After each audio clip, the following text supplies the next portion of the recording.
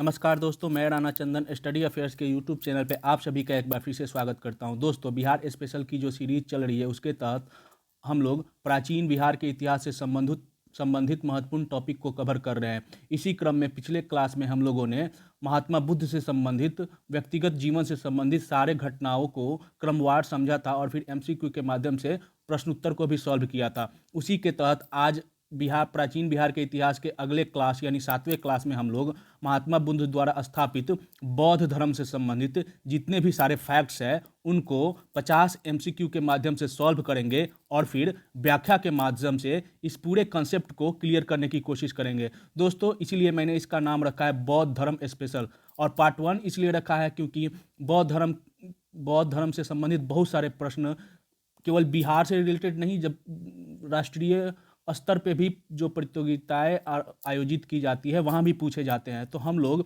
इस चैप्टर को, महात्मा बुद्ध और बौद्ध धर्म से संबंधित जो चैप्टर है उसको काफ़ी हम लोग विस्तार से पढ़ेंगे, जो कि केवल बिहार नहीं सारे एग्जामों के लिए आपका कवर हो जाए।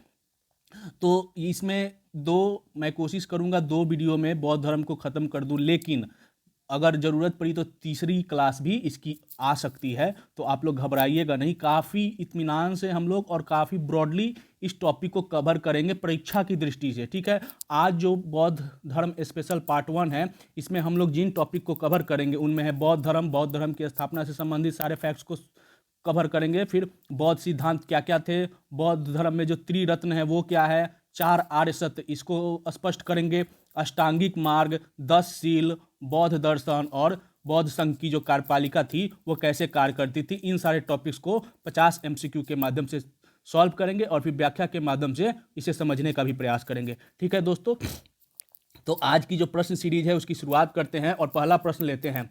बौद्धों का सबसे पवित्र एवं महत्वपूर्ण दिन या त्यौहार है। ऑप्शन है आपके सामने, बैसाख की पूर्णिमा, कार्तिक की पूर्णिमा, सावन की पूर्णिमा, सावन की अमावस्या। तो इस और पांचवा ऑप्शन है दोस्तों ई, यानी उपरोक्त में से कोई नहीं, उपरोक्त में से एक से अधिक। तो इसका सही उत्तर है दोस्तों ऑप्शन ए, यानी बैसाख की पूर्णिमा बौद्ध धर्म को मानने वाले लोगों के लिए सबसे पवित्र और महत्वपूर्ण दिन और त्यौहार भी है। इसे त्यौहार के रूप में भी मनाया जाता है। अब हम लोग व्याख्या के माध्यम से इसको देखेंगे कि ये क्या मैटर है, क्यों इसे मनाया जाता है। दोस्तों, मेरे व्याख्या को आप लोग काफ़ी इत्मीनान से सुनिएगा, धैर्य से सुनिएगा, क्योंकि व्याख्या मेरा जस्ट एक नोट्स की तरह है और इसे अगर आपने अच्छे से समझ लिया तो आगे के सारे प्रश्नों के उत्तर आप आसानी से दे सकते हैं और परीक्षा में भी आपको ये काम करेगा। ठीक है, बौद्धों का सबसे पवित्र एवं महत्वपूर्ण दिन या त्यौहार बैसाख की पूर्णिमा है, जिसे बुद्ध पूर्णिमा भी कहा जाता है। अब क्यों बुद्ध पूर्णिमा कहा जाता है? इस दिन का अत्यधिक महत्व है, क्योंकि इसी दिन बुद्ध का जन्म, उन्हें ज्ञान की प्राप्ति और महापरिनिर्वाण की प्राप्ति हुई थी। महापरिनिर्वाण मतलब उनकी मृत्यु भी इसी दिन हुई थी। वो ज्ञान की प्राप्ति भी इसी दिन हुआ था और उनका जन्म भी, इन तीनों घटनाएं बैसाख की पूर्णिमा के दिन हुआ था। इसलिए इसे बैसाख पूर्णिमा के त्यौहार के रूप में मनाते हैं बौद्ध अनुयायी और इसे बुद्ध पूर्णिमा का नाम दे दिया गया। ठीक है, आगे बढ़ते हैं और दूसरा प्रश्न लेते हैं।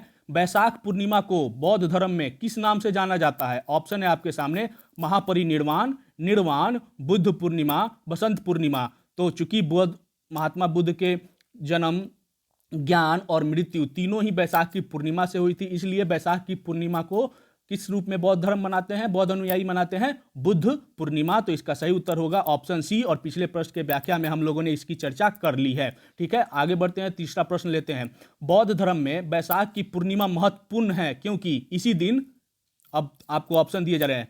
ए ऑप्शन है बुद्ध का जन्म हुआ था, बी ऑप्शन है बुद्ध को ज्ञान की प्राप्ति हुई थी, सी ऑप्शन है बुद्ध की मृत्यु हुई थी, डी ऑप्शन है उपरोक्त सभी घटनाएं इसी दिन घटित हुई थी। यानी उनका जन्म, उनको ज्ञान की प्राप्ति और उनकी मृत्यु इसी दिन हुई थी और हम लोगों ने व्याख्या में इसको देखा भी है। इसलिए इसका सही उत्तर होगा ऑप्शन डी, यानी उपरोक्त सभी घटनाएं इसी दिन घटित हुई थी। बुद्ध का जन्म, बुद्ध को ज्ञान की प्राप्ति और बुद्ध की मृत्यु, जिसे महापरिनिर्वाण कहा जाता है। ठीक, और जब आगे बढ़ते हैं, अगला प्रश्न लेते हैं।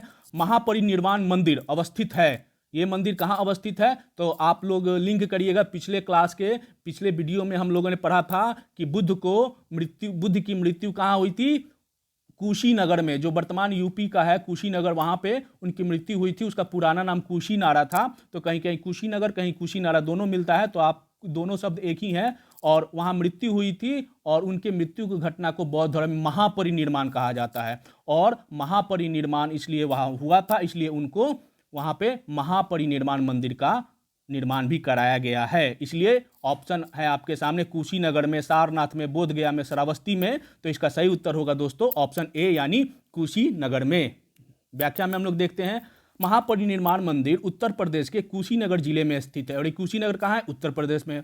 मंदिर में स्थापित भगवान की मूर्ति, भगवान बुद्ध की मूर्ति 1876 में उत्खनन के द्वारा प्राप्त की गई थी। जब 1876 में उत्खनन का कार्य हो रहा था तो उस समय ये मूर्ति प्राप्त हुई थी। महापरिनिर्वाण मंदिर विश्व में बौद्ध धर्म का सबसे पवित्र मंदिरों में से एक माना जाता है और ये कहाँ है? कुशीनगर में। ठीक है, आगे बढ़ते हैं, अगला प्रश्न लेते हैं। बौद्ध धर्म के अनुयायी कितने वर्गों में विभाजित थे? ऑप्शन है आपके सामने, 1 वर्ग में, 2 वर्ग में, 3 वर्ग में, 4 वर्ग में। तो इसका सही उत्तर हो जाएगा दोस्तों 2 वर्गों में बौद्ध धर्म के अनुयायी विभाजित थे। और वे 2 वर्ग कौन कौन थे हम लोग देखते हैं व्याख्या के माध्यम से। बौद्ध जो भिक्षु है, बौद्ध धर्म के अनुयायी को बौद्ध भिक्षु भी कहा जाता है।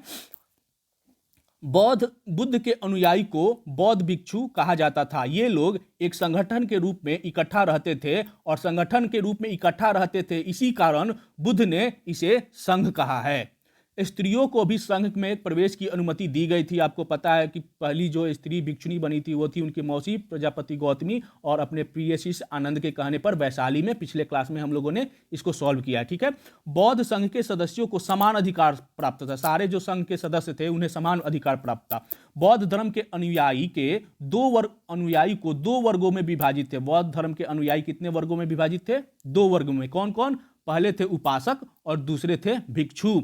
और उपासक में जो पुरुष होते थे उनको उपासक, और जो महिला होती थी उन्हें उपासिकाएं। उसी तरह भिक्षु में भी जो पुरुष होते थे उन्हें उपासक, और जो स्त्री होती थी उन्हें भिक्षुणी भिक्षु और जो स्त्री होती थी उन्हें भिक्षुणी कहा जाता था। अब उपासक और भिक्षु में क्या अंतर था? ठीक है, गृहस्थ जीवन में रहकर बौद्ध धर्म मानने वाले लोगों को उपासक कहा जाता था। जो अपने गृहस्थ जीवन में रहकर बौद्ध धर्म के अनुयायी बन गए थे उन्हें उपासक, और जो वैसे व्यक्ति जिन्होंने गृह जीवन त्याग कर सन्यासी का जीवन अपना लिया था जैसे बुद्ध ने, तो वैसे लोगों को भिक्षु कहा जाता था। ठीक है, अंतर समझ गए? बौद्ध धर्म के अनुयायी 2 वर्गों में विभाजित थे, उपासक एवं भिक्षु। उपासक जो गृहस्थ जीवन में रह के बौद्ध धर्म के अनुयायी बन गए थे, और भिक्षु वे जो गृहस्थ जीवन को त्याग करके सन्यासी ले लिए थे और उन्हें भिक्षु कहा जाता था। ठीक है, आगे अब यहां से प्रश्न बनेंगे, आप लोग इसको अच्छे से नोट कर लीजिएगा, या फिर 1 से 2 बार आप वीडियो को सुनिएगा तो आपको आसानी से याद भी हो जाएगा। ठीक है, आगे बढ़ते हैं। गृहस्थ जीवन में रहकर बौद्ध धर्म मानने वाले बौद्ध अनुयायी कहलाते थे। क्या कहलाते थे? ऑप्शन है आपके सामने, उपासक, भिक्षु, जातक, संघी। और 5वां ऑप्शन है ई, उपरोक्त में से कोई नहीं या उपरोक्त में से एक से अधिक। तो गृहस्थ जीवन में रहकर बौद्ध धर्म मानने वाले बौद्ध अनुयायी को उपासक कहा जाता था, और उपासक पुरुष को उपासक और महिला को उपासिका। ठीक है, नेक्स्ट क्वेश्चन, गृहस्थ जीवन त्याग कर बौद्ध धर्म मानने वाले बौद्ध अनुयायी कहलाते थे। क्या कहलाते थे? तो 2 वर्गों में विभाजित थे, एक हो गए उपासक और दूसरे हो गए भिक्षुक।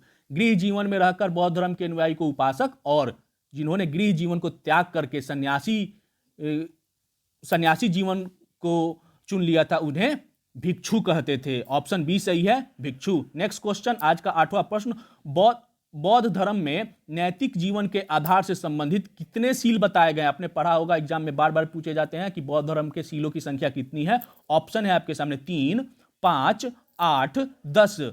और 5वां ऑप्शन है ई, उपरोक्त में से कोई नहीं, उपरोक्त में से एक से अधिक। तो टोटल बौद्ध धर्म में 10 सील है। अब हम 10 सील के बारे में समझ लेते हैं, वे सील कौन कौन से हैं, और गृहस्थ जीवन जीने वाले उपासक और भिक्षु इसको कैसे उपयोग करते थे। तो 10 सील के बारे में हम लोग देखते हैं। बौद्ध धर्म में निर्वाण प्राप्ति के लिए सदाचार और नैतिक जीवन पर अत्यधिक बल दिया गया। अगर आप नैतिक जीवन और सदाचार का मार्ग अपनाते हैं तो निर्वाण, और बौद्ध धर्म का परम लक्ष्य है निर्वाण की प्राप्ति, तो आपको निर्वाण मिल सकता है। और ये 10 सीलों का अनुशीलन नैतिक जीवन का आधार था, और इन 10 सीलों के अनुसरण से ही आप इन सदाचार और नैतिक जीवन को प्राप्त कर सकते थे। इन 10 सीलों को शिक्षा पद भी कहा गया है, और ये 10 सील है। कौन कौन से हैं और इससे प्रश्न पूछते हैं, निम्न में से कौन बौद्ध धर्म के 10 सीलों में से नहीं है। तो आप इसको अच्छे से नोट कर लीजिएगा, 2-3 बार आप रिपीट करिएगा तो आपको याद हो जाएगा। पहला क्या है? अहिंसा। दूसरा क्या है? सत्य। तीसरा सील क्या है? अस्तेय। अस्तेय का मतलब होता है चोरी न करना। चौथा क्या है? अपरिग्रह। अपरिग्रह का अर्थ होता है किसी प्रकार की संपत्ति न रखना। संपत्ति के संग्रहण का विरोध करता था बौद्ध धर्म। ठीक, तो अहिंसा, सत्य, अस्तेय, अपरिग्रह 4 हो गया। पांचवा था मद्य सेवन न करना। 1 से लेके 5 तक हमने देख लिया। छठा था मद्य सेवन मतलब शराब मदिरा से दूर रहना। छठा था असमय भोजन न करना मतलब समय से आपको भोजन करना है।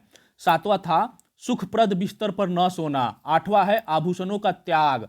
नौवां है स्त्रियों से दूर रहना यानी ब्रह्मचर्य का जीवन अपनाना। और 10वां है व्यभिचार आदि से दूर रहना यानी बुरे विचारों से दूर रहना। ये 10 सील है बौद्ध धर्म के 10 सील। अहिंसा, सत्य, अस्तेय, अपरिग्रह, मद्य सेवन न करना, असमय भोजन न करना। 7वां हो गया सुखप्रद बिस्तर पर न सोना। 8वां आभूषण का त्याग। 9वां ब्रह्मचर्य का जीवन। 10वां है व्यभिचार आदि से दूर रहना। अब हम लोगों ने पढ़ा था उपासक, गृहस्थ जीवन में रहने वाले को वाले बौद्ध सन्यासी अनुयायी को उपासक और गृहस्थ जीवन को त्याग देने वाले सन्यासी को भिक्षु कहा जाता था। तो गृहस्थों यानी उपासकों के लिए प्रथम 5 सील और भिक्षुओं के लिए 10 सील को मानना अनिवार्य था। जो गृहस्थ जीवन में रहकर बौद्ध धर्म के अनुयायी बने थे उनको 1 से लेकर 5 तक के जो 5 सील है उनके लिए अनिवार्य था। यानी अहिंसा, सत्य, अस्तेय, अपरिग्रह, मद्य सेवन न करना। ये 5 सील महत्वपूर्ण थे और अनिवार्य थे। किनके लिए? गृहस्थों के लिए यानी उपासकों के लिए। और भिक्षुओं के लिए उपरोक्त 10 सीलों का अनुसरण अनिवार्य था। क्योंकि और यही एक लचीलापन था जिसके कारण बौद्ध धर्म उस समय काफी विस्तार से फैला। ये सबके लिए था, गृहस्थ जीवन या सन्यासी दोनों के लिए समान रूप से था।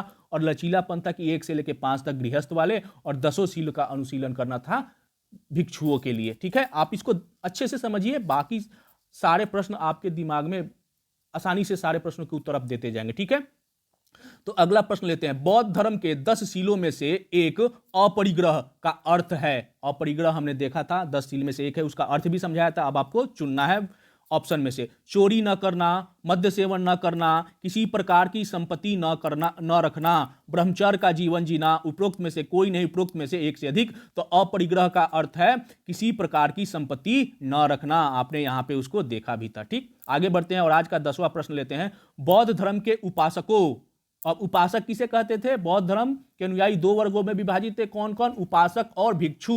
तो यहां उपासकों की बात हो रही है और उपासक वे थे जो गृहस्थ जीवन में रहकर बौद्ध धर्म को मानते थे। तो यही क्वेश्चन है, बौद्ध धर्म के उपासकों के लिए कितने सीलों का अनुसरण करना अनिवार्य था? तो पिछले प्रश्न के व्याख्या में हम लोग ने पढ़ा था बौद्ध धर्म के उपासकों के लिए 5 सीलों का अनुसरण करना अनिवार्य था। तो ऑप्शन है आपके सामने 3, 4, 5, 10। तो इसका सही उत्तर है दोस्तों ऑप्शन सी यानी 5। नेक्स्ट क्वेश्चन, बौद्ध धर्म के भिक्षुओं। अब भिक्षुओं मतलब जो गृहस्थ जीवन को त्याग कर बौद्ध धर्म अपना लिए थे। तो वैसे बौद्ध धर्म के भिक्षुओं के लिए कितने सीलों का अनुसरण करना अनिवार्य था? तो टोटल 10 सीलों का अनुसरण करना अनिवार्य था भिक्षुओं के लिए। ऑप्शन है आपके सामने 3, 4, 5, 10 और उपरोक्त में से कोई नहीं, उपरोक्त में से एक से अधिक। तो इसका सही उत्तर होगा दोस्तों ऑप्शन डी यानी 10।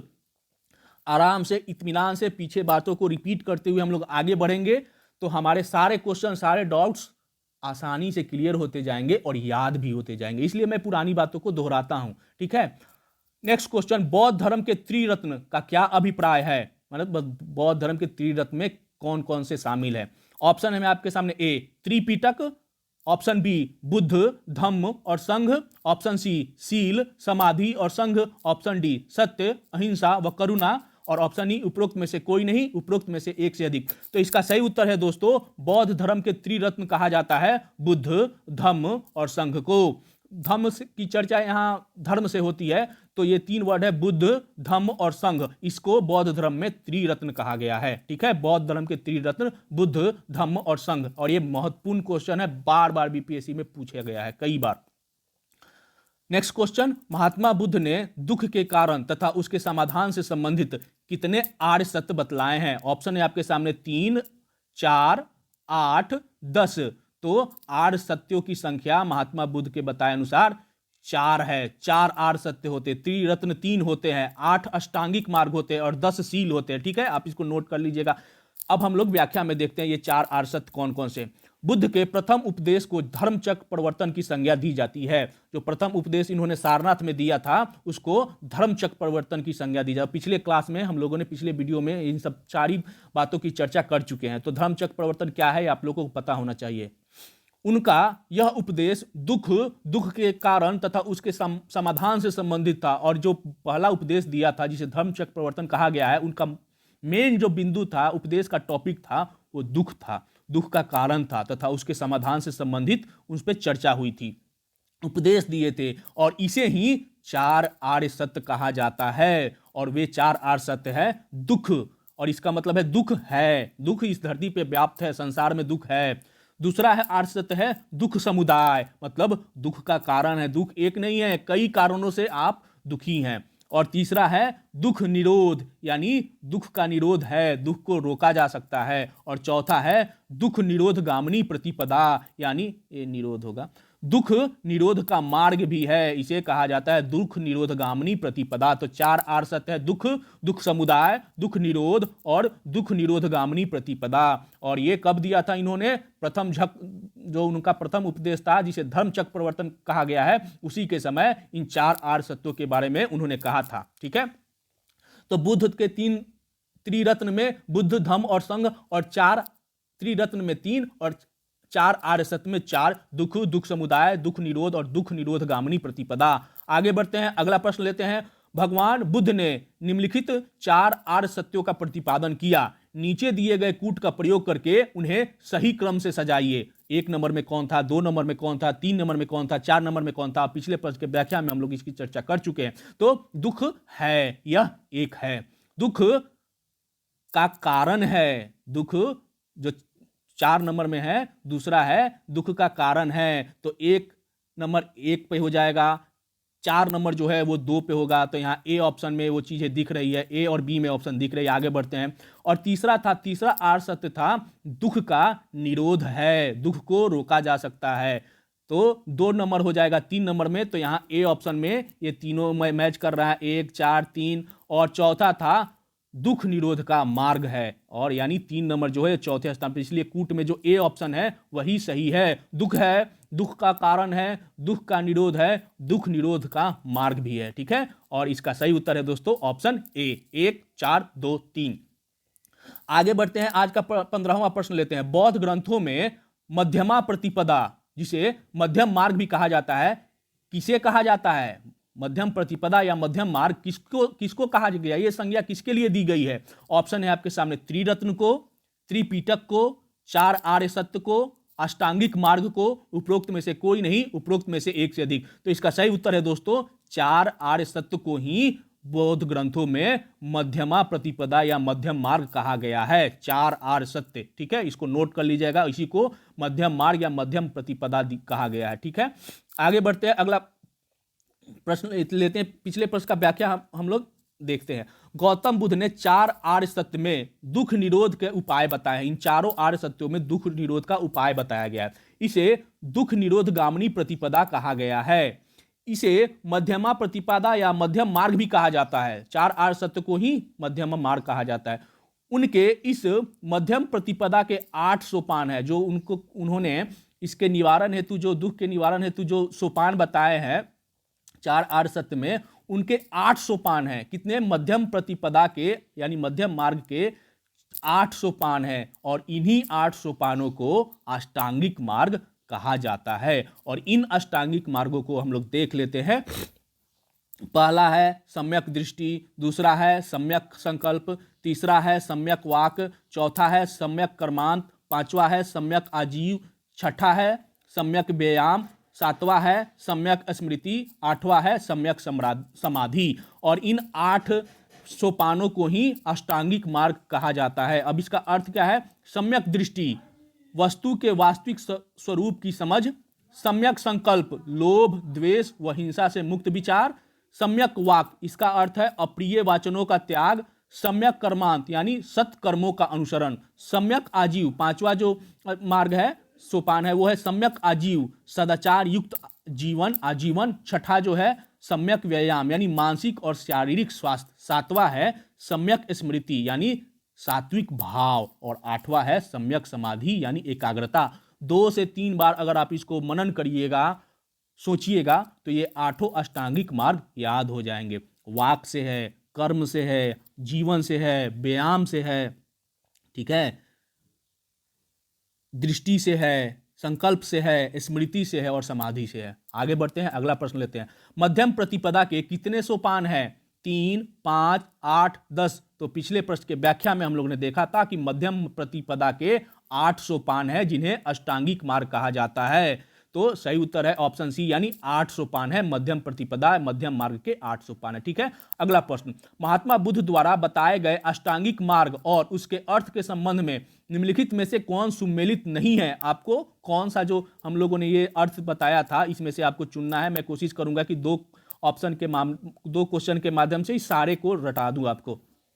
एक तरफ सोपान दिया गया है, उसका अर्थ दिया गया है, आपको मिलाना खोजना है कि जो सोपान से संबंधित अर्थ कौन से गलत है। तो सम्यक दृष्टि, इसका अर्थ होता है वस्तु के वास्तविक स्वरूप की समझ, तो ए सही है। बी है सम्यक संकल्प, यानी दूसरा सोपान क्या था? सम्यक संकल्प, तो इसका अर्थ होता है लोभ, द्वेष व हिंसा से मुक्त विचार, ये भी सही है। तीसरा जो सोपान था वह था सम्यक वाक्य, यानी अप्रिय वचनों का त्याग, माने शुभ शुभ बोलना है। चौथा जो था अष्टांगिक मार्ग यानी सोपान, वह था सम्यक कर्मांत, यानी सत्य कर्मों का अनुकरण करना है, सत्य कर्म पे चलना है।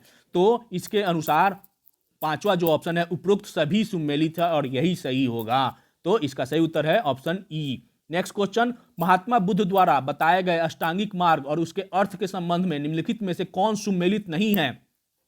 शुरू के 4 अष्टांगिक मार्ग हमने देख लिया, अब बचे हुए 4 की भी चर्चा कर लेते हैं। सोपान और अर्थ। सम्यक आजीव, इसका क्या अर्थ है? तो सदाचार युक्त जीवन, आजीवन।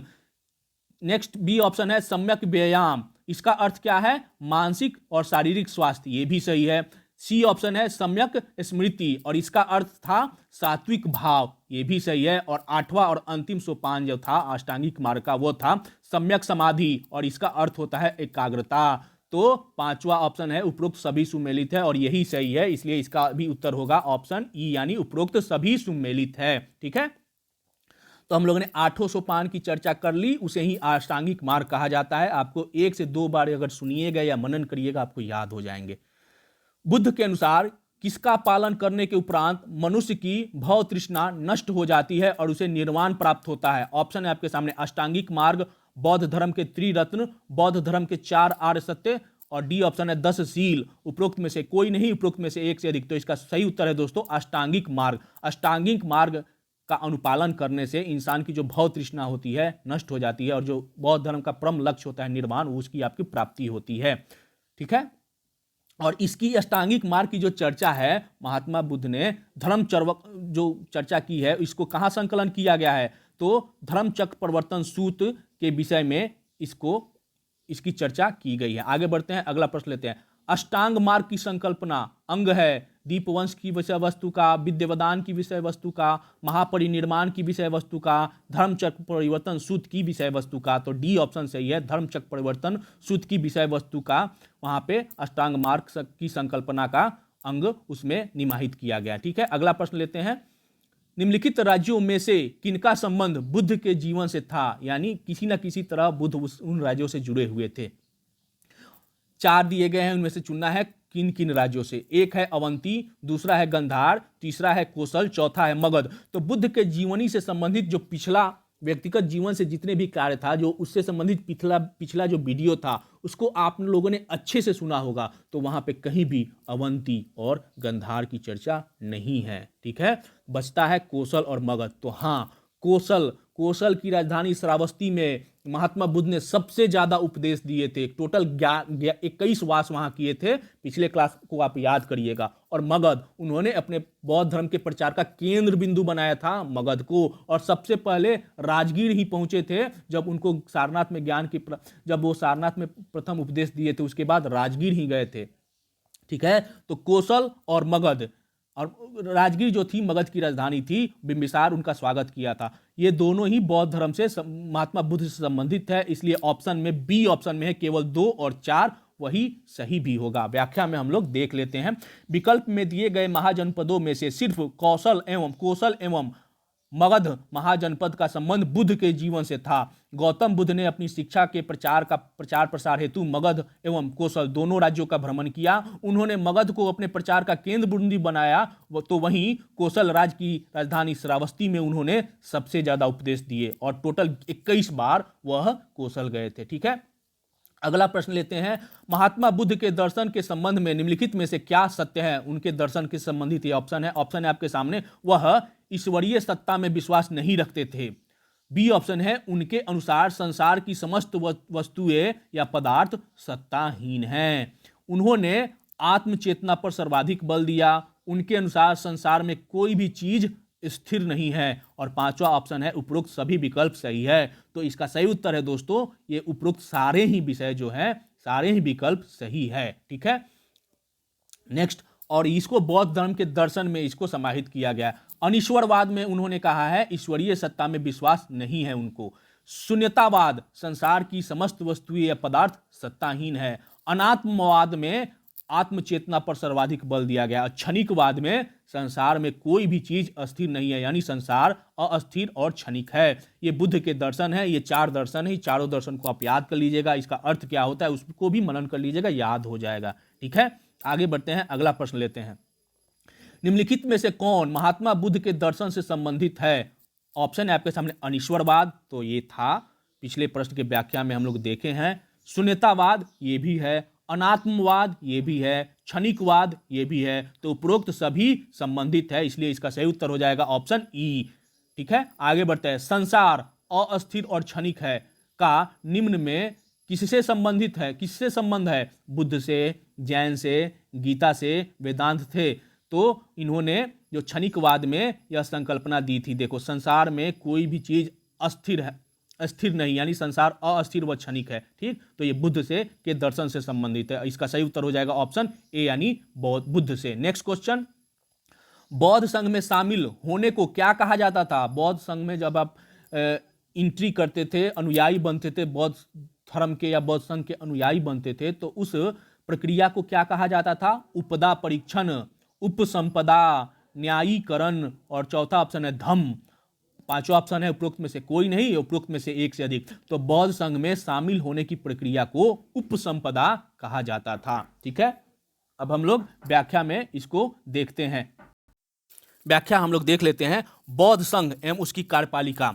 संघ में प्रविष्ट होने को उपसंपदा कहा जाता था। बौद्ध संघ में प्रविष्टि को उपसंपदा कहा जाता था। संघ की सदस्यता लेने वाले को पहले श्रमण का दर्जा मिलता था। जैसे ही सदस्य बने आपको एक दर्जा मिल जाता था, पोस्ट, मतलब नए जितने भी बौद्ध संघ में शामिल सदस्यों को क्या कहा जाता था? श्रमण कहा जाता था। और 10 वर्षों के बाद जब उनकी योग्यता स्वीकृत हो जाती थी, तब उन्हें भिक्षु का दर्जा मिलता था। और भिक्षु कौन? जो गृहस्थ जीवन से संन्यास लेकर बौद्ध धर्म में शामिल हुए थे, तब 10 वर्षों के बाद उन्हें भिक्षु का दर्जा मिलता था। संघ में अल्पवयस्क, चोर, हत्यारा, ऋणी व्यक्ति, दास तथा रोगी व्यक्ति का प्रवेश वर्जित था। आगे बढ़ते हैं, अगला प्रश्न लेते हैं।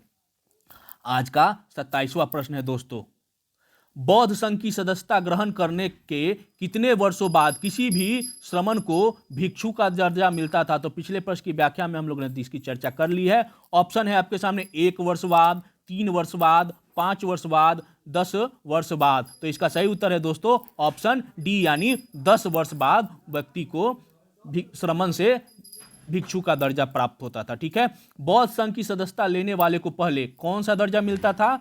ऑप्शन है आपके सामने श्रमण, भिक्षु, परवन, उपासक। तो इसका सही उत्तर है दोस्तों ऑप्शन ए, यानी जैसे ही संघ की सदस्यता मिल जाती थी तो उन्हें श्रमण का दर्जा मिलता था, और 10 वर्ष के बाद जब उनकी योग्यता को स्वीकृति मिल जाती थी तब उन्हें भिक्षु का दर्जा मिलता था। ठीक है, आगे बढ़ते हैं। और बौद्ध संघ में शामिल होने की प्रक्रिया को उपसंपदा कहा जाता था। ठीक है, नेक्स्ट क्वेश्चन, बौद्ध सभा में होने वाले प्रस्ताव पाठ को क्या कहा जाता था? श्रमण, पाठ, उपासक, अनुशावन। तो इसका सही उत्तर है दोस्तों ऑप्शन डी, अनुशावन कहा जाता था। व्याख्या में हम लोग देखते हैं ये क्या है। बौद्ध संघ की संरचना गणतंत्र प्रणाली पर आधारित थी, क्योंकि ये बौद्ध खुद एक गणतंत्र वज्जी संघ के गणतंत्र जो राज्य था वहां से संबंधित थे। बौद्ध संघ का दरवाजा हर जातियों के लिए खुला था, अतः बौद्ध धर्म ने वर्ण व्यवस्था एवं जाति प्रथा का विरोध किया। संघ की सभा में प्रस्ताव, जिसे नति कहा जाता था, प्रस्ताव का पाठ होता था और प्रस्ताव का पाठ को अनुशासन कहा जाता था। सभा की यानी बौद्ध सभा की वैध कार्रवाई के लिए न्यूनतम कोरम जो थी वो 20 थी। कम से कम 20 सदस्य होने पे ही बौद्ध सभा का आयोजन किया जाता था। ठीक, कई सारे फैक्ट्स हैं, आगे आपको प्रश्न में काम देंगे, तो इसलिए फैक्ट्स को इसको नोट्स की तरह आप नोट कर लिए, याद कर लीजिए। नेक्स्ट क्वेश्चन, आज का 30वां प्रश्न, बौद्ध संघ के संबंध में निम्नलिखित में से कौन सा सही है। 4 कथन दिए गए, उसके पास विकल्प है, आपको चुनना है कि इन चारों कथनों में से कौन से कथन सही है।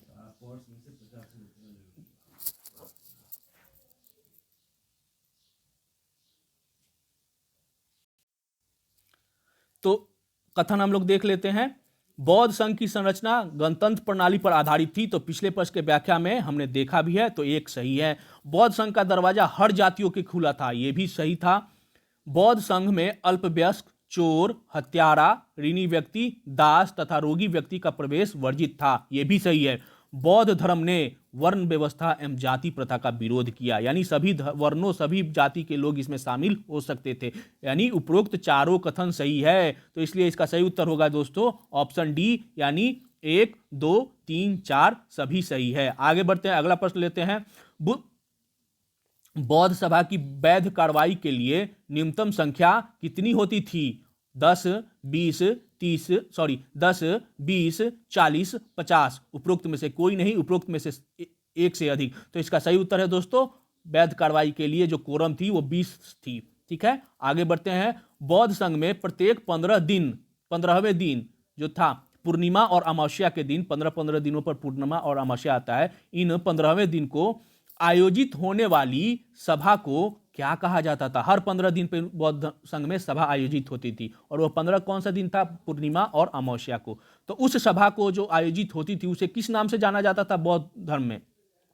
सायं उपोषण सभा, धम्म सभा, अनुशासन सभा, सम्मेलन।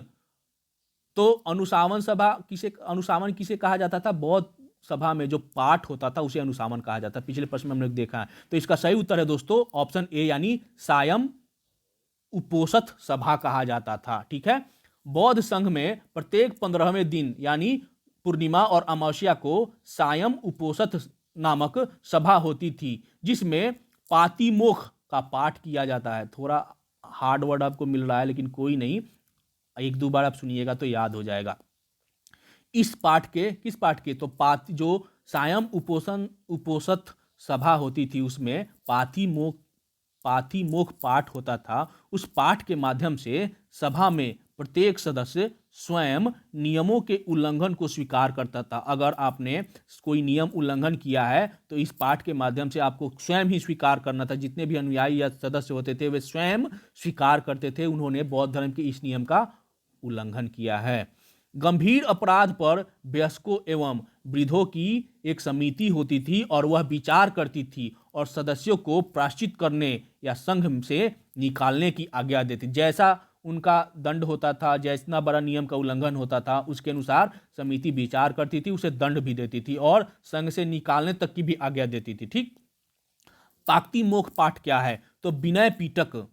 विनय पिटक का जो संकलन हुआ था प्रथम बौद्ध संगति के समय हुआ था। तो हम लोग आगे जब अगले क्लास में बौद्ध धर्म से संबंधित उसमें विनय पिटक, सूत पिटक, अभिधम पिटक की चर्चा करेंगे। ठीक है, तो पातिमोक्ष जो था वो विनय पिटक की मठ संबंधी सूची है, जिसमें 226 प्रकार के अपराधों और उनके प्रायश्चित करने की सूची दी गई है। तो सूची भी दी गई, अपराधों का नाम और उसकी सूची और उसकी सजा, जो प्रायश्चित करने की जो सजा है वो भी उसमें दिया गया है पातिमोक्ष में। और उसी का पाठ होता था हर एक 15वें और 30वें दिन, मतलब हर 15वें दिन पर पूर्णिमा और अमावस्या को। और इस सभा को क्या कहा जाता था, सायं उपोषण सभा। ठीक है, आगे बढ़ते हैं। बौद्ध संघ में प्रत्येक 15वें दिन आयोजित होने वाले सायं उपोषण सभा के दौरान होने वाली पाक्तिमोक्ष पाठ संबंधित था। सभा के नियमों के उल्लंघन की स्वीकारोक्ति से, संघ के में नए सदस्यों के शामिल होने से, सभा के आयोजन से, उपरोक्त में से कोई नहीं। तो स्पष्ट है कि पिछले प्रश्न के व्याख्या में हम लोग ने इसकी चर्चा कर ली है। इसका सही उत्तर है दोस्तों ऑप्शन ए, यानी सभा के नियमों के उल्लंघन की स्वीकारोक्ति से संबंधित था पातिमोक्ष का पाठ। नेक्स्ट क्वेश्चन, वर्षा ऋतु के दौरान बौद्ध मठों में प्रवास के समय भिक्षुओं द्वारा अपराध स्वीकारोक्ति समारोह क्या कहा जाता था? यहाँ क्या छूट गया है। तो प्रत्येक वर्षा ऋतु में जो बौद्ध मठ होते थे वहां पे भिक्षु एकत्रित होते थे और वहां पे एक समारोह आयोजित होता था जिसे कहा जाता था अपराध स्वीकारोक्ति। तो उस समारोह को बौद्ध धर्म में किस नाम से जाना जाता है? ऑप्शन आपके सामने, पातिमोक्ष, पर्वन, अनुशासन, उपसंपदा। तो इसका सही उत्तर है दोस्तों पर्वन। उस जो अपराध स्वीकारोक्ति वर्षा ऋतु के दौरान जो अपराध स्वीकारोक्ति का जो समारोह होता था उसको पर्वन कहा जाता है। ठीक, पर्वन की हम लोग चर्चा करेंगे। और प्रत्येक 15वें दिन पे जो सभा आयोजित होती थी उसमें पातिमोक्ष का पाठ होता था। अनुशासन जो पाठ होता था, जो बौद्ध सभा में जो प्रस्ताव का पाठ होता था उसे अनुशासन कहा जाता था। और बौद्ध संघ में जो सदस्यता की जो प्रक्रिया होती थी, शामिल होती थी, उस प्रक्रिया को उपसंपदा कहा जाता था। ठीक, तो ये चारों ऑप्शन में आपको समझ में आ गया होगा। अब व्याख्या में देखते हैं। वर्षा ऋतु के दौरान बौद्ध मठों में प्रवास के समय भिक्षुओं द्वारा अपराध स्वीकारोक्ति समारोह पर्वन कहलाता था। बौद्धों के लिए महीने के 4 दिन अमावस्या, पूर्णिमा और 2 चतुर्थी जो होते हैं, चौथा दिन, फिर 15वां दिन, फिर चौथा दिन, फिर 15वां दिन, जो 2 पक्ष होते हैं ना, शुक्ल पक्ष और कृष्ण पक्ष, उसी में 2 टोटल 4 उपवास बौद्ध धर्म के अनुयायी करते थे। ठीक है, तो क्या कहा जाता था उस जो साल में वर्षा ऋतु में, साल में जो एक बार वर्षा ऋतु होती थी उसमें बौद्ध मठों में जो अपराध स्वीकारोक्ति का जो पाठ होता, समारोह होता था, उसे पर्वन कहा जाता था। ठीक है, इस पर्वन को आप पातिमोक्ष से मत जोड़िएगा। पातिमोक्ष में जो अपराध की नियम का उल्लंघन की लिस्ट दी गई थी और उसकी सजा का भी वहां पे व्यवधान था और उसके तहत, लेकिन ये पर्वन जो था वह सजा तो सेम है पातिमोक्षम वाली ही, लेकिन पर्वन जो होती थी वो वर्षा ऋतु में ही होती थी। जो पर्वन समारोह अपराध स्वीकारोक्ति 15-15 दिन पर जो होती थी वो अलग है और ये वर्षा ऋतु वाली अलग है। ठीक है, आगे बढ़ते हैं। बौद्ध गया में महाबोधि मंदिर बनाया गया जहां गौतम बुद्ध पैदा हुए थे, गौतम बुद्ध को ज्ञान प्राप्त हुआ था, गौतम बुद्ध ने अपना प्रथम उपदेश दिया था, यहाँ उपदेश हो गया, उपदेश होगा, गौतम बुद्ध की मृत्यु हुई थी। तो बौद्ध गया में गौतम बुद्ध को ज्ञान प्राप्त हुआ था। इस उपलक्ष्य में बोध गया में महाबोधि मंदिर बनाया गया था, इसलिए इसका सही उत्तर है दोस्तों ऑप्शन बी। और महापरिनिर्वाण मंदिर कहाँ है? तो कुशीनगर यानी कुशीनारा में महात्मा बुद्ध को मृत्यु हुई थी और बौद्ध धर्म में उसे महापरिनिर्वाण कहा जाता है उस घटना को, इसलिए महापरिनिर्वाण मंदिर कुशीनगर में है। ठीक है, बौद्ध धर्म स्थल, प्रसिद्ध बौद्ध स्थल बोधि मंदिर जो बिहार के गया में है, महापरिनिर्वाण मंदिर तो कुशीनगर उत्तर प्रदेश में है, चौखंडी स्तूप तो ये भी उत्तर प्रदेश में है, धर्मराजिका स्तूप तो ये पाकिस्तान में है। ठीक है, उस समय तो भारत, पाकिस्तान, अफगानिस्तान सब एक ही था। और धमेग स्तूप कहाँ है?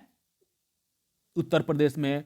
नॉमनड्रोलिंग नींग मापा मोनेस्ट्री ये कहाँ है? कर्नाटक में। सब सारे जो है बौद्ध धर्म से प्रसिद्ध बौद्ध स्थल है। ठीक है, आगे बढ़ते हैं, अगला प्रश्न लेते हैं। स्तूप का शाब्दिक अर्थ है मृतकों का टोला, किसी वस्तु का ढेर, भिक्षुओं के रहने का निवास स्थल, उपरोक्त सभी। और 5वां ऑप्शन है उपरोक्त में से कोई नहीं, उपरोक्त में से एक से अधिक। तो स्तूप का शाब्दिक अर्थ होता है किसी वस्तु का ढेर। आगे बढ़ते हैं और स्तूप के बारे में हम लोग समझते हैं कि कितने प्रकार के स्तूप होते हैं।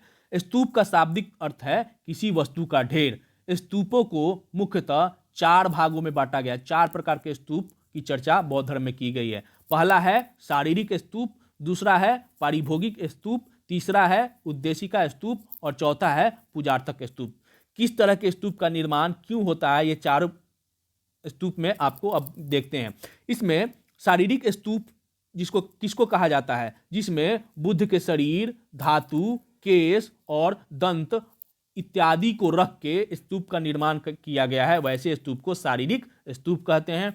दूसरा है पारिभोगिक स्तूप।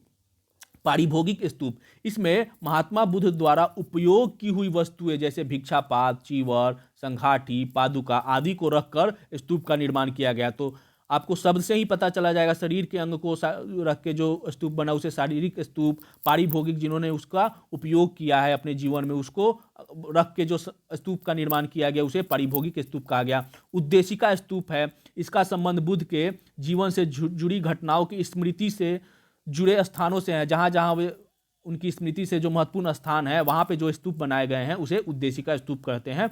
और चौथा है पूजार्थक स्तूप, इसका निर्माण बुद्ध की श्रद्धा से वशीभूत धनवान व्यक्तियों द्वारा तीर्थ स्थानों पर निर्माण होता है। तो वैसे स्तूप को पूजार्थक स्तूप कहा जाता है। 4 प्रकार के स्तूप।